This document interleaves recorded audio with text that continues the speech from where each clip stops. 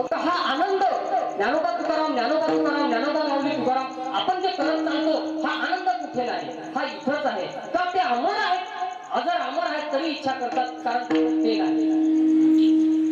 मग सांगायचं तात्पर्य असं आहे, तर आपण गंध सुद्धा लावायला घाबरतो, गंध सुद्धा लावायला घाबरतो. अहो ती आपली नंबर प्लेट आहे, ती वारकऱ्याची नंबर प्लेट आहे. ही गाडी कोणत्या स्टेशनवर थांबेल आणि कुठं जाईल, ब्रेक कुठे लागेल. बघा मोटरसायकल आली तर आपण काय म्हणतो MH15 किंवा MH14, ही कुठली पासिंग आहे.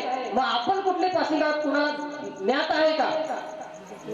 बघा कुणाला ज्ञात आहे का, कुणाला माहित आहे का आपण कुठल्या मालकाचं मॉडेल आहोत? आताच सांगून दिलं उत्तर तुम्हाला, पाहुणी मनुष्य देहासी सुख झालं भगवंत. आपण त्याचे मॉडेल आहोत, मग त्याच्या समोर आपल्याला जायचं आहे ना, मग त्याच्या जवळ जायचं आहे तर आपण काय घेऊन जाणार, काय घेऊन जाणार बाबा?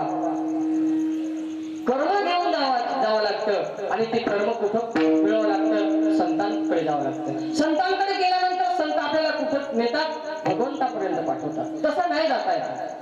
आपल्याला गावाला जायचं असलं ना तर आपण बसमध्ये जातो किंवा मोटरसायकल वरती जातो, परंतु तसं नाही जाता येणार, किंवा पायी जातो. पण आपल्याला जर देवापर्यंत पोहोचायचं असेल तर आपल्याला पहिले संतांच्या सोबत जावं लागते. संतांच्या संगती मनोमान